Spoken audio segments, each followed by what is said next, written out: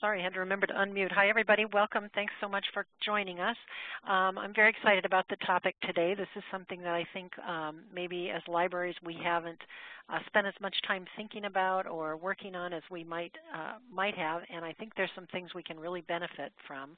Whether you're in a big city with corporate headquarters or you're in a small community with maybe a bank branch that is a Bank of America or Wells Fargo, or a small mom and pop hardware store, locally owned store. I think that the things we're going to learn today from Jennifer's talk are going to benefit us in any of those situations. I think for me, oftentimes the issue is that I've been contacted by somebody who wants to do something and I don't really have it available for them to do, or even harder is when somebody wants to bring a group of volunteers and I need to find something meaningful for them to do. And Jennifer's going to use her expertise to help us sort of figure out where we're headed in that direction. So I'm really glad she's here. And we're also joined today by Stephen Ristow. Many of you know him. He's been working closely with us on the Get Involved project. But without further ado, I think I'm going to turn it over to the expert, and many of you know Jennifer Bennett. She's the Training and Volunteer Coordinator for Volunteer Match, and we're so happy for her to be here today. Thanks so much, Jennifer. It's all yours. Thanks, Carla. Thanks, everyone.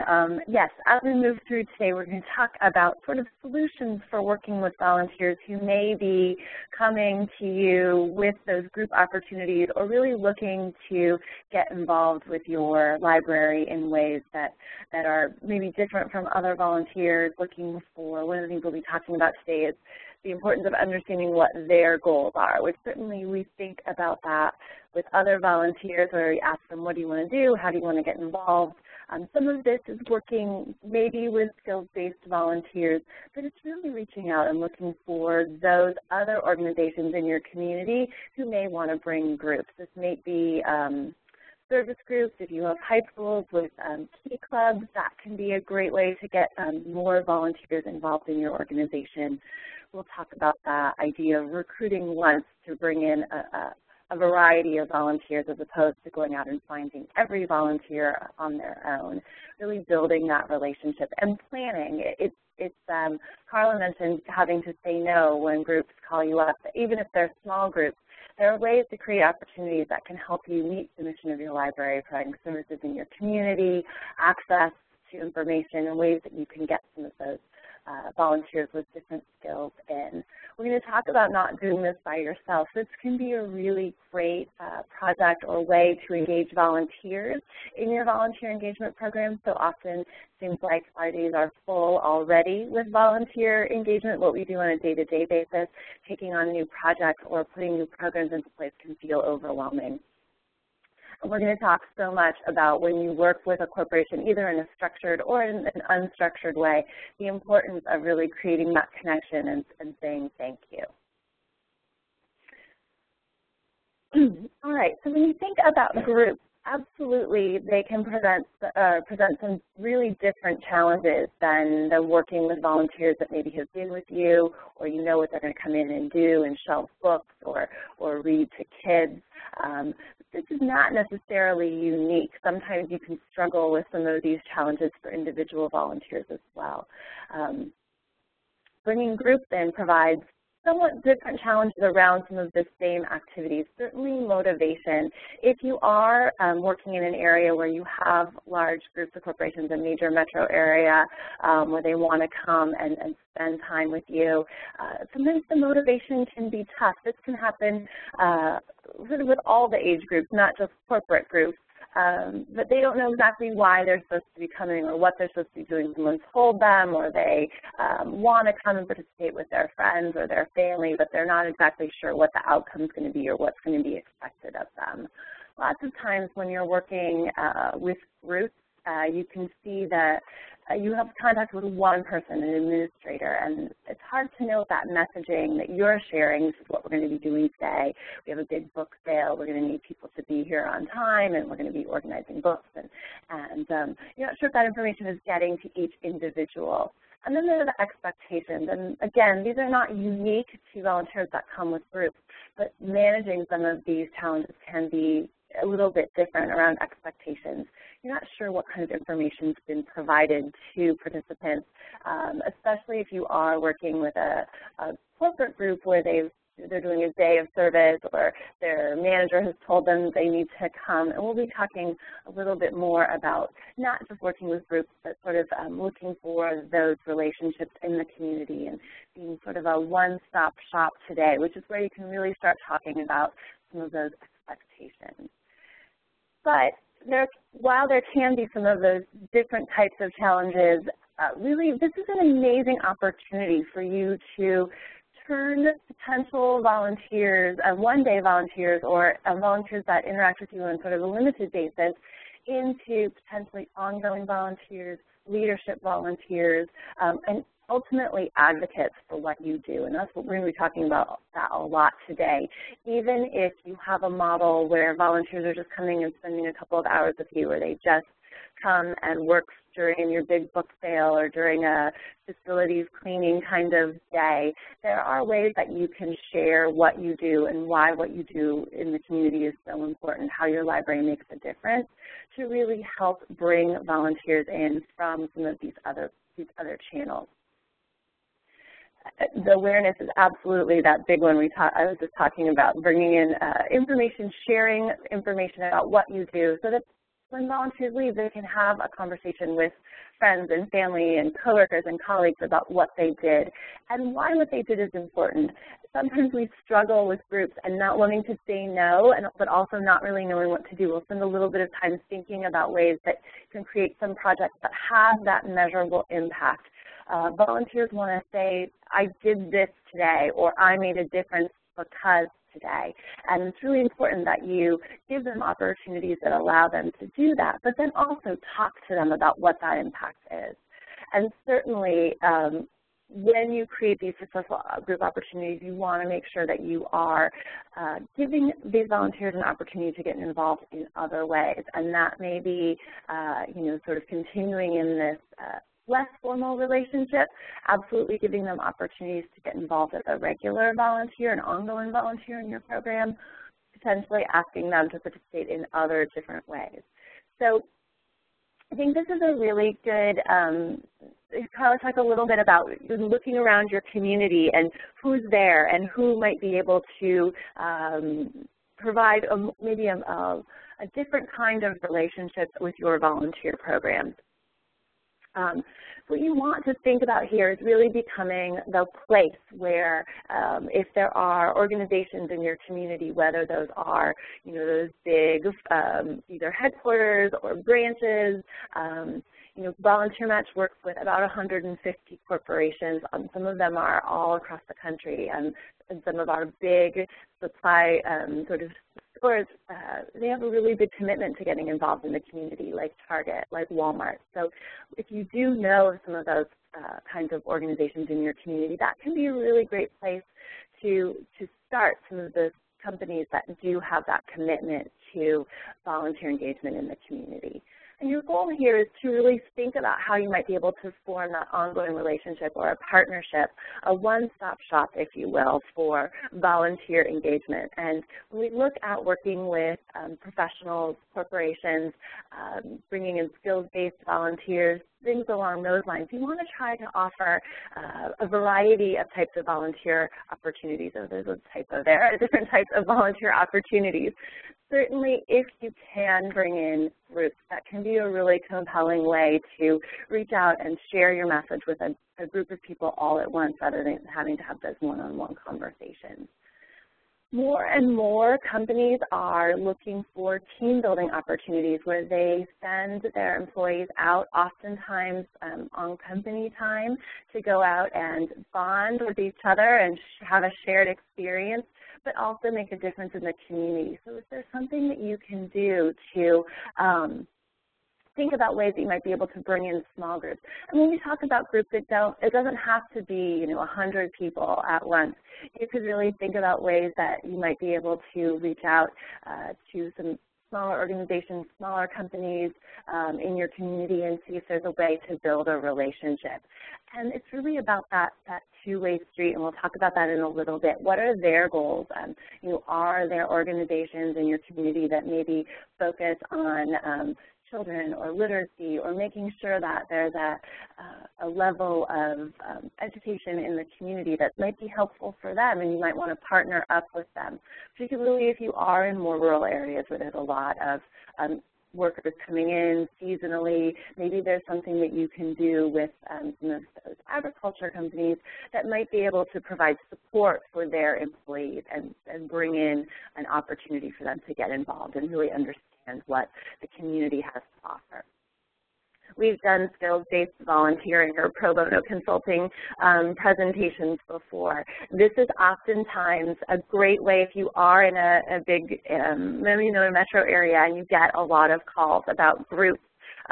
We'd like to bring 30 people to the library. I always say that's a great opportunity just for you to say, we would love to have that happen, but I also need someone to come in and help me with my internet lab or computer skills, or we could use some help around keeping track of this or that, and do you have expertise in-house? I would love some help creating my volunteer handbook.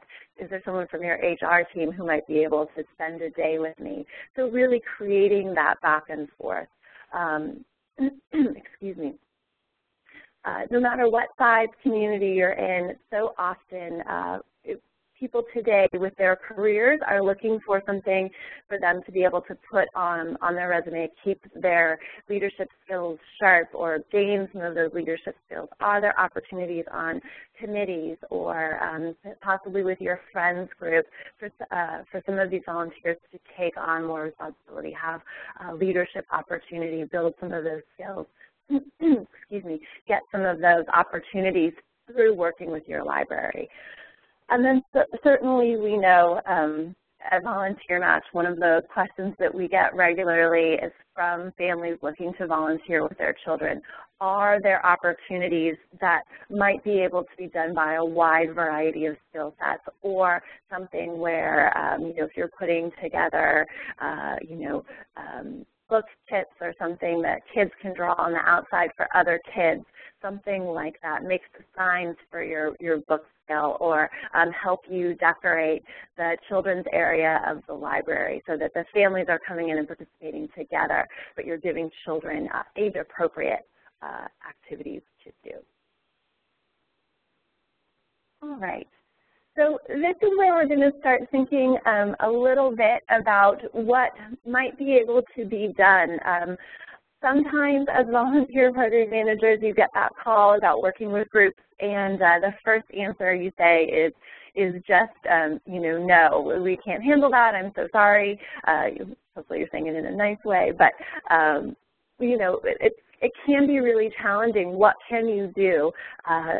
Many times we sort of do the default, and this depends again on your library. If you do have the ability to plant flowers or paint the outside of your building, or if that's something that's handled by the city or by your jurisdiction, cleanup days, dusting, all that kind of stuff, it can feel a little bit low on the impact side. So you want to try to start thinking creatively about what you might be able to do. Think about ways that you might be able to engage volunteers in maybe projects that are ongoing but suddenly increased in volume. If you do have activities that don't require a huge amount of training, if you can find companies in your community that may have certain skills, maybe you need to make sure that all the software is up to date on your computers in your computer lab. What about looking for, again, it doesn't have to be the headquarters of a company. It might be, a local Best Buy that has a, Geek Squad, or it might be even just a local computer services company. Ask them if they're interested in getting involved and reach out, target what you're looking for. Think about what you can offer and what that group might be able to do for you. Certainly if they're calling and looking for opportunities, you want to make sure that you've got some guidelines in place. First of all, are there going to be minimum ages? Sometimes we know there are families that want to volunteer. There are also corporate groups that want to bring their children with them. It may be a family friendly activity. But are there ages that you can take and ages that you can't? You know, as long as those children are supervised, can they still participate? Think about what kind of a time commitment you're looking for. Is this something where you'd like to build an ongoing relationship with a set of volunteers or with a group? Would you want that to be longer? There's a little bit of sort of magic math, if you will, with groups. Sometimes when volunteer groups contact you, they say, oh, we're going to be bringing 50 people, and in your mind, you know that's probably really 20 or 25 because they're overestimating. So you want to make sure that you're thinking about how many people and how long, so that if you have this much work and they say that 50 people are going to be coming but really only 20 people come, how much longer is that going to take? Same with the opposite. You don't want to have volunteers come out for just you know, an hour and plow through all the work that you have done. So that's when you might want to think about having a smaller group. Certainly, you may have activities that happen in your library working with children when you want to make sure that background checks are required. Is there a way for groups to get involved in that kind of activity, maybe without having background checks, but they don't interact directly with children?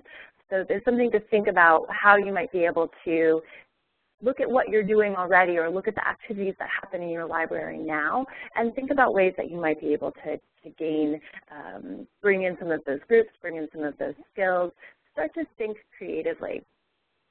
Once you've outlined what absolutely has to happen with, you know, age requirements, restrictions, things like that, you can start to think a little bit about how that project is going to happen. What do you need? Are there special skills that you're going to expect from your volunteers? Are there resources or supplies? Are you going to need additional staff to help you? Is that going to be paid staff or volunteer staff? Are there volunteer leaders that you have already that might be able to, excuse me, take on a team like project? Are there ways for you to look at who your leadership volunteers are already in your library, or look at some of your staff leaders and see if they can take volunteers into their programs and really sort of delegate some of that work, outline what needs to happen, and act as a mentor or a trainer for volunteers that just come in maybe for one day or for a half a day, so that they can get an experience of what it's like to volunteer in your library. This is a non-library example, but I thought a pretty creative example. There's the volunteer coordinator at the Peninsula Humane Society down in Redwood City, just south of San Francisco. He was feeling really frustrated. He was getting all these calls from corporations, and of course it's animals, so people want to get involved. And he said, he told me, you know, I feel like there's so many coats of paint on the outside of our building that our doors aren't going to open and shut anymore. And he said, so I started to think creatively, what could I do? You know, all these volunteers want to come and work with the animals, but it requires training, and it requires, you know, special skills, and sometimes you have to have, you know, rabies shots and all of that kind of stuff. So we can't have anyone walking in off the street. And so he was talking to some of his leadership volunteers, and they said, well, you know, there are lots of days when I could use extra sets of hands, when I could, you know, have somebody putting the meals together for the dogs while I'm, you know, interacting with the animals, or looking at some of the ways that volunteers interact with animals. And he came up with a program where he would invite his leadership volunteers to come in, let the sort of day-to-day volunteers have the week off, and bring in a corporate group, break those corporate groups up into smaller groups of 2 or 3, and assign each one of them to a senior volunteer. As that senior volunteer went about his or her regular shift and made food and cleaned cages and exercised dogs and played with cats, these senior volunteers were training and talking to the corporate volunteers. Now, the corporate volunteers weren't necessarily interacting with dogs, but they were able to learn how to make, you know, put food together. This is how many cups of this, and we need to do this, and we need to make sure that this is clean, and interacting with the animals and getting this really rich experience experience without having to go through the training or having to worry about the liability that might come with just putting an untrained volunteer in with dogs, and allowing that senior volunteer to say, oh, you know, this dog has this, or this is what's going on here, so you'll need to wait outside while I go in, and really giving both those great volunteers that you depend on every week an opportunity to step up, and then also an opportunity for volunteers to get a sense of what it really means to volunteer with your organization. And we'll be talking a little bit about making those opportunities mission-driven. So it's just an example of thinking creatively and sort of stepping out of your box and saying this is what volunteers always do, and thinking about what if I had volunteers that were going to come and go through and look for books that are damaged, or learn how to repair books with a senior volunteer who's already doing that. Again, not thinking, oh, what I have to accommodate 50 people. So when someone calls and says, I want to bring 50 people to your library, you can say, well, we can't accommodate that, but I'd love to take 5 groups of 10 on the next 5 Fridays or something like that. And then understanding, again, what you can and can't do with boundaries. Where are you going to be able to engage volunteers, and what is going to be outside of what's possible? So often I know it's hard for us as volunteer managers to say no. So really understand what you can and can't do, but also give yourself the opportunity to think creatively about ways that you might be able to pull in volunteers in new ways. All right. So how can you make this work really mission-driven? This is really, even if you have volunteers that are just coming in for a couple of hours, maybe it's an annual event like a book sale, maybe you're doing a quarterly cleanup where you have a bunch of volunteers in dusting shelves and looking for broken, shelving or graffiti on tables, things like that. You still want to make sure that you're relating this back to your mission, even if these are volunteers that you don't have an ongoing relationship with yet. The first thing is you want to make sure that you're giving volunteers some sort of orientation. And this doesn't necessarily have to be the same kind of orientation that you might give ongoing volunteers, but you want to make sure that you are sharing what you do and why you do it. What does the library do? How does it serve the needs of the people in the community? What are some of those ways that volunteers are involved on an ongoing basis? What are some of those? I talked about creating those leadership opportunities or opportunities for volunteers to get involved in different ways. Share that and make sure that if you are working with a group that you have the names and the emails of everyone who comes, even if you've been working with just a coordinator or administrator. Make sure that you do know how to get in touch with everyone so that you can, we'll talk about this in a little bit, share the thank you, invite them to have an ongoing relationship with your library.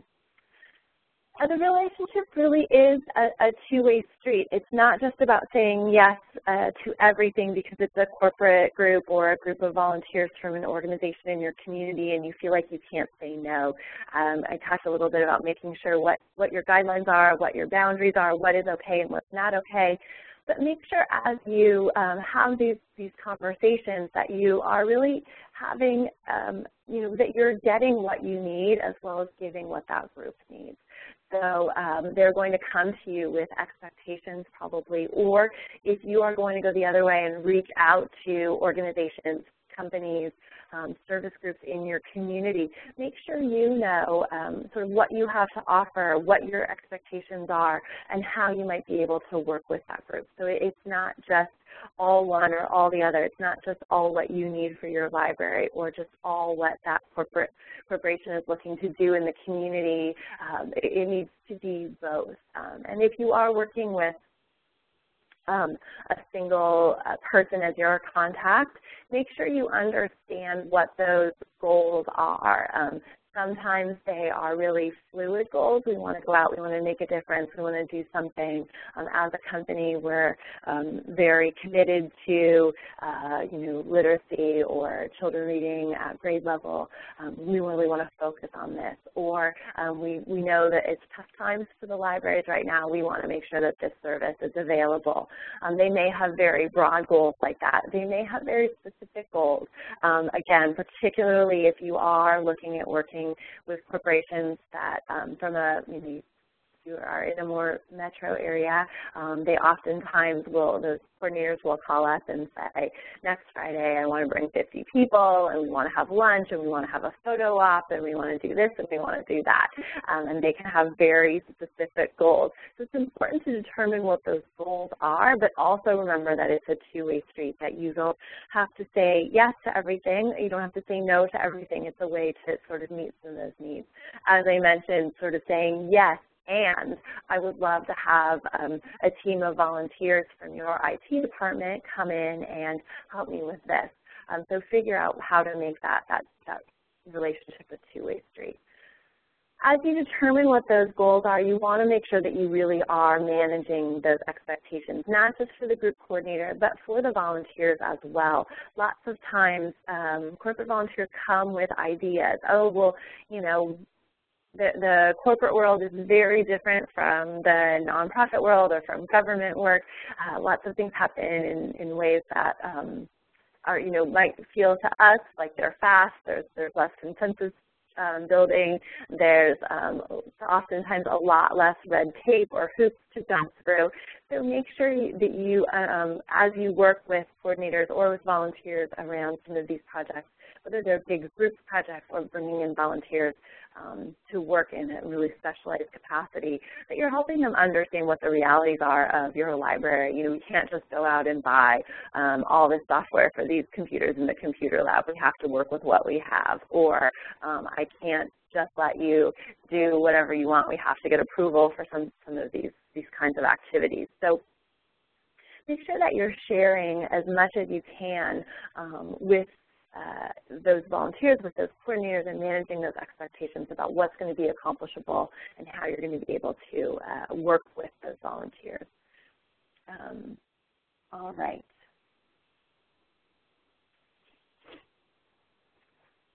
Absolutely. I talked about this a little bit. This is not something that you have to plan on doing all on your own. This is something that can really be part of your whole library's program with volunteer engagement. So if this is new, if you're just thinking about pulling in groups, or if you don't have a really formal way that you work with skills-based volunteers or volunteer from a specific organization or service group or corporation, you want to make sure that you are creating in that plan, we talked about putting that plan together, that you're involving other paid staff and certainly volunteer staff. Again, depending upon your culture, bringing in volunteers in new ways can oftentimes be more threatening to your existing volunteers than it will be to paid staff. So you want to really think about that and really create a communication plan about why you're doing what you're doing and how people can get involved or what those expectations are, particularly, again, not forgetting to include your ongoing volunteers in part of this communication plan. If you've never had groups of volunteers in before, you want to make sure that paid staff and volunteer staff understand, okay, we're going to have 20 volunteers in and they're going to be doing this. Make sure that is communicated, that nobody is wondering why there's groups of people wandering around or asking, who are you and what are you doing here, that there's an understanding. If you have a head librarian or a director or a program manager that these groups of volunteers are going to be working with, or these volunteers are going to be working with, make sure that you invite them out to say hello and thank you and welcome and share some of that information about what they do and why what the library does is important with those volunteers. Again, we're talking about pulling those connections together and really sharing that mission, sharing that work, sharing activities that volunteers might be able to get involved with from from this opportunity, ongoing leadership, skills-based family opportunities. So if a volunteer comes, meets someone who has something exciting to say about the library, talks about impact, wants to come back and volunteer with their family, those are the kinds of things you want to make sure that that information is shared. We've talked a little bit already about pulling in your regular volunteers as team leaders or supervisors. This can be a great way to get some of those ongoing superstar volunteers involved in this idea of bringing in volunteers in new ways with sort of less of an impact, and may be able to be a good way to mitigate some of those hard feelings. Sometimes there can be some pushback around pulling in, again, volunteers that don't go through the same process, don't go through the same procedures that regular ongoing volunteers go through. So make sure that you're including that as part of your communication plan. Why are you trying to do this? What are your goals for engaging volunteers from corporations, whether that be groups of volunteers or whether that's bringing in volunteers as skills-based workers or pulling in volunteers that may have certain roles within your community that you're hoping to build a relationship with. So make sure you're sharing that and that you're inviting those volunteers in. Oftentimes, you know, especially in some of your smaller libraries, this might be a really great way for you to talk to both paid staff and volunteer staff about you know, being able to manage projects, take on, delegate some work. That's such a rare thing in this day and age to be able to say, I'm going to create a team for you. You know, when we think about groups of volunteers, we often think, oh, they're all arriving at the same time. But what about looking at a model where you work with a corporation or with you know, a small business in your community to adopt you know, a shift that they're going to have someone from their company or from their organization come and work at your information desk every Thursday morning. So you may not know exactly who it is, but as a corporation or as an organization, they're saying, we're going to staff this for you, or we're going to provide computer lab assistance from our IT department every Wednesdays from 1 to 5. So they had really adopted something, and you're looking to your regular volunteers and saying, all right, here's an opportunity for you to you know, delegate and train and supervise. Since that is such a rare situation for us to have, where we can hire assistants or hire support staff. If you are bringing in groups, especially if they're going to be broken up into smaller groups doing different things and either switching around during the day or focusing just on one area, make sure that if you want to have a volunteer leader, if you're not going to be providing leaders from inside, that you can ask them to self-form into teams and identify leaders. This can be, again, a really great way to think about offering some of those team building opportunities. Maybe somebody who's not the manager could step up and be the leader of the group. And that if you are looking to include children, that needs to be something that's clearly outlined and that you are asking either parents or supervisors to watch children under a certain age, or for every 3 children you need to have an adult present and active. This is not a babysitting opportunity where parents can just leave their children and you'll supervise them and make sure that they have a good time. So this is absolutely another way to think about making sure that it doesn't just fall all on you and that 20 people don't just show up and expect you to answer every single question individually, that they can form teams of their own. You can also have those team leaders that are ongoing volunteers or supervisors come in and take that leadership role, and that if you are thinking about creating those opportunities that are good for a wide age range, that you are putting some of those systems in place. All right. I know Joan is here, and she's going to talk a little bit about some of the work that they've done with corporations. Chuck, can you unmute Joan for us? I think you just did. Excellent. Hi, Joan. How are you? She is. Hi, I'm good. Do you want to talk a little bit about some of the work that you've been doing with It's eBay, right? Yes, we had an arrangement with eBay. They were interested in doing reading to children in the library, and they contacted us, and it turned out one of the managers had done something like that somewhere else where he had worked, and he thought it was a really worthwhile experience. So what we ended up doing was we went out to eBay and did a training with them about an hour, and then went back in second week and did another hour, so they would have time to like go out and look for books that would be appropriate to read to children and things like that. And then what they did was they set up sort of like what you were talking about earlier, where they did a more of a shift thing.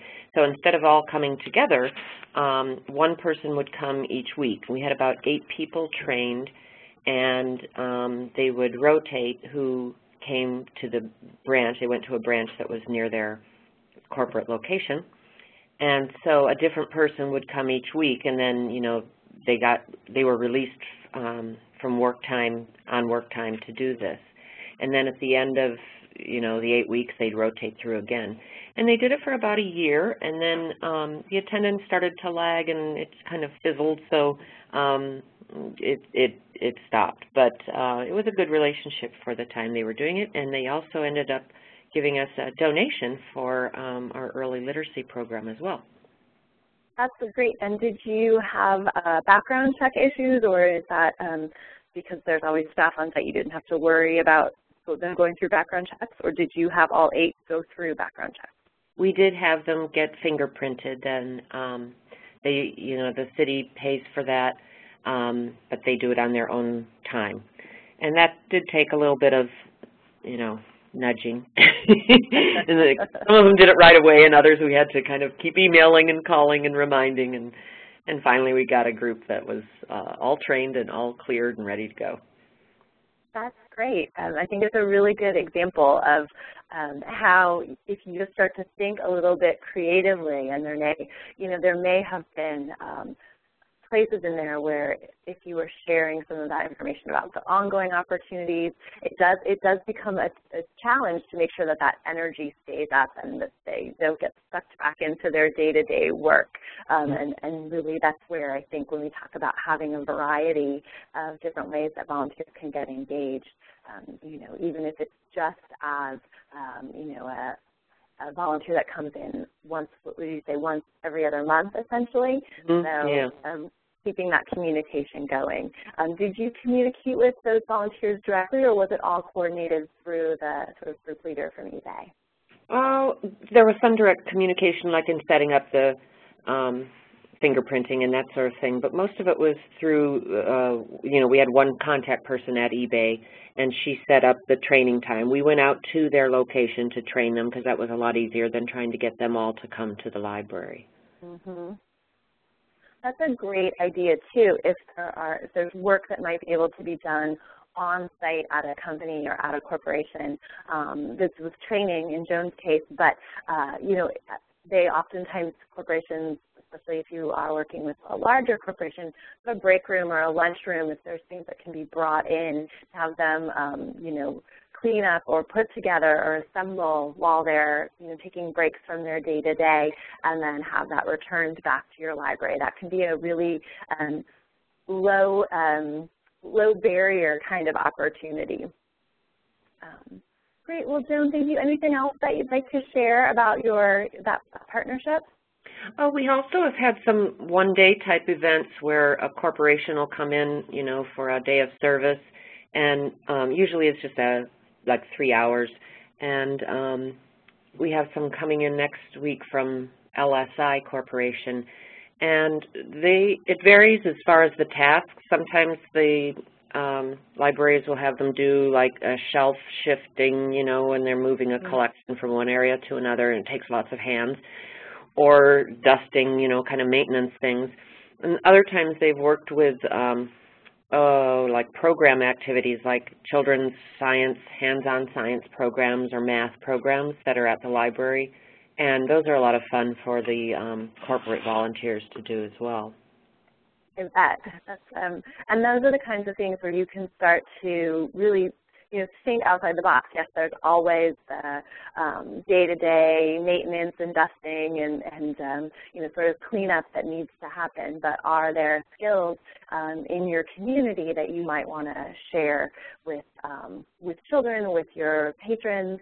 And this is a great way, too, if you are in a more rural area, with technology being what it is, think about pulling in virtual volunteers. So it's a Skype session, have a scientist from somewhere else talk about something, online and recruit in that virtual way so that you're bringing in volunteers with special skills or reaching out to companies or organizations that are maybe not just local. So if you are in an area where there aren't a lot of corporations or companies, that you can still reach out to an organization that maybe wants to participate, and they can do that in a more of a virtual way.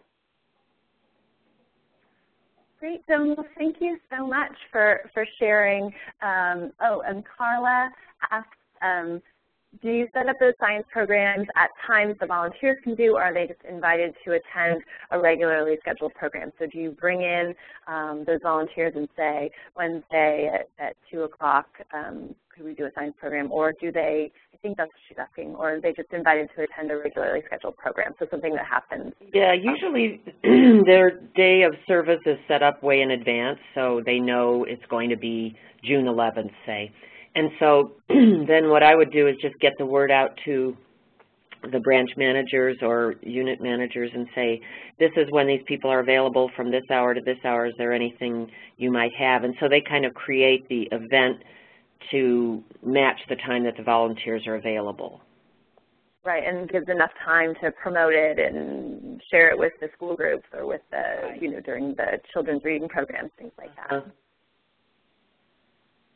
Great. Well, thank you so much. It sounds like you guys are quite busy down there with all of your different kinds of volunteer engagement programs. It's really exciting to see. I feel like there's more we can be doing, but I think we've got a good start.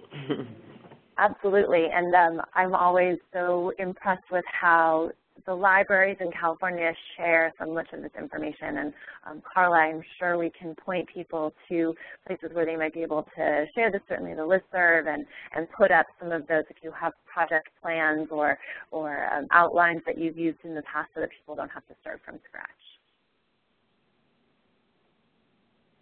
All right. Well, thank you, Joan, and and Carla says yes, we can do that. So I'll keep going. We don't have too much more content. So if you have questions, or if your library is doing something that you want to share with the group, or have questions about things you've tried, they haven't worked, we can certainly talk about what some of those challenges might be, or ways that we can brainstorm some of those solutions and take advantage of all the experience of those of us on the call today or on the training today.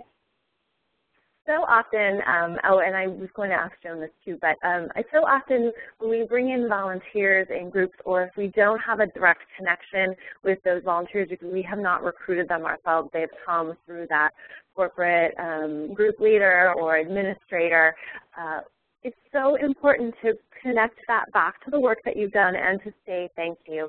We do this, so many of us as volunteer managers do this unconsciously with our regular volunteers, say thank you when they leave. But it's important to remember to really pull that work back to the impact of what's been done, really making sure that you're creating opportunities that have measurable impact, even if that's something that you have to work a little bit to connect. For example, doing a facilities cleanup or dusting, or Joan was talking about moving those books from one place to another.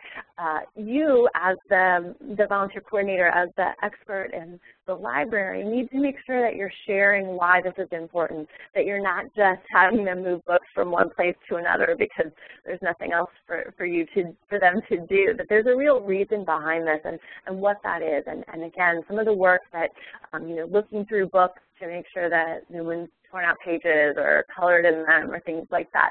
Why is that important? What is that goal? You've set up those goals, you've outlined why the work's important, and then when they're done, make sure that you connect that back. And what does that mean in the bigger picture? If you have patrons or clients that are there and they can share or talk about why having a library that is clean and a pleasant place to be is important to them. Again, you want to make sure that you can pull that back together. I talked about making sure you know how to get in touch with people, even if they're not your primary contact. You want to share, again, not just those hours, but you know, we had 10 people here for 4 hours. Thanks so much for all your hard work. But what's that next step? What does that mean for the library? What was the library able to do because they had 40 hours worth of manpower? What do the clients or the patrons get from that, or how does it impact the programs that you run? Particularly if you are working with a corporate group, a larger group that has some of those goals I talked about in the beginning, making sure that you know what the expectations are for the work, for the amount of time, what they expect to do or see or be able to accomplish. Make sure that you keep that in mind as you start to share that impact. So if there are ways to take pictures, you know, share that information on social media. This can be really powerful. If you put up on your Facebook page, thank you to the group from whatever company for coming out and doing X, Y, and Z. Because of you and the time you spent with us today, we were able to do this, this, and this, or we were able to create a much more welcoming environment for our children to come and learn to read.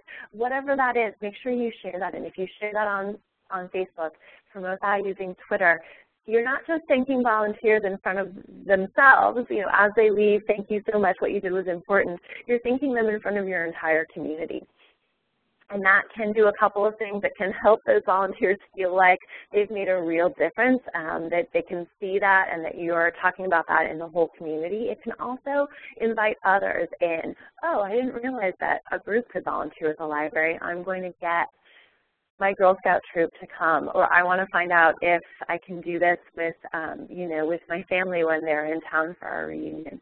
Whatever that is, again, talking about the impact, talking about ways that volunteering at the library can make a difference. What's that impact? What's the mission? What are the goals? And how can people help, and how can they get involved?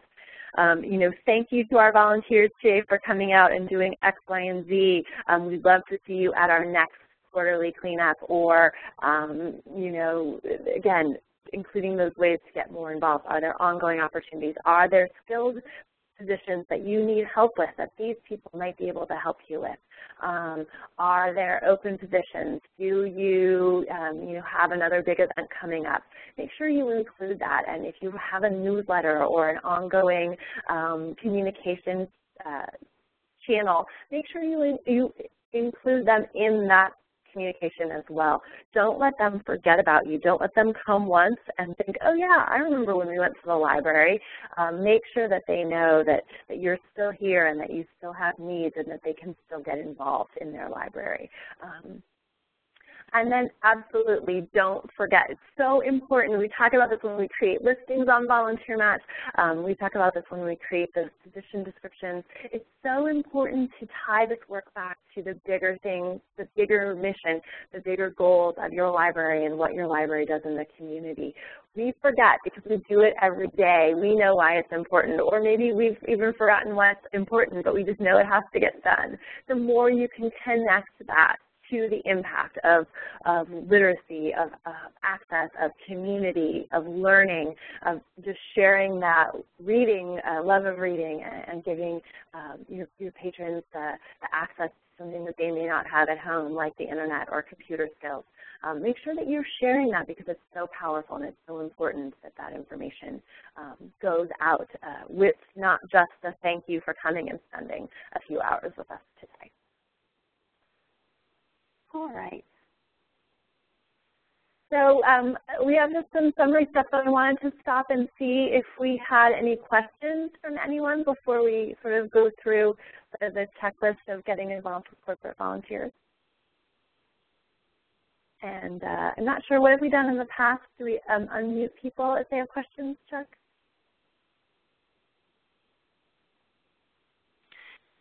This is Carla. Jennifer, I think the only way we can unmute them is if they called in.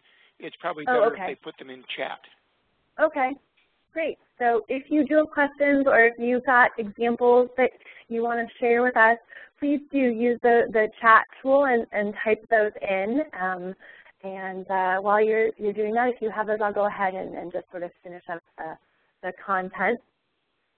So what we've really been talking about today is building that connection between the group, whether that's a small business or a service group or a corporation, whether that's a headquarters or a branch or a satellite office. Those individual volunteers, the ones that are coming, whether they're coming all together or, as we've been talking about today with Joan's example, they're coming one at a time, that as a sort of representative of a department or of a group. Your mission, and then how you can really build that ongoing relationship. It's so important that you do some of this pre-planning and that you don't just say yes and then not put in place the way that volunteers are going to be engaged, what those resources are, what the planning is going to be. Make sure you've thought this through, especially if this isn't new for your library, that you've gotten those communication plans in place, you've had those conversations with either paid staff or volunteer staff leaders who may be important to the success of an event like this or a program like this, or may have some pushback or some concerns about bringing volunteers in a different way. Really think creatively. Hopefully we've given you some ideas today, but get your own, your own brain going. And if you do have supportive staff or paid staff or volunteer staff, pull them in and say, I've really been wanting to expand the relationship that the library has with companies or small businesses or with our service groups, whether those are adult service groups or teen service groups. I'd like to just have a brainstorming session. Bring your lunch and we'll get the whiteboard out and start to think about what we might be able to do that could expand ways that volunteers get involved and really look at some of those places that we might be able to pull in volunteers in new ways. And then, as we talked about, what are your boundaries? Where are you going to hit walls or limits?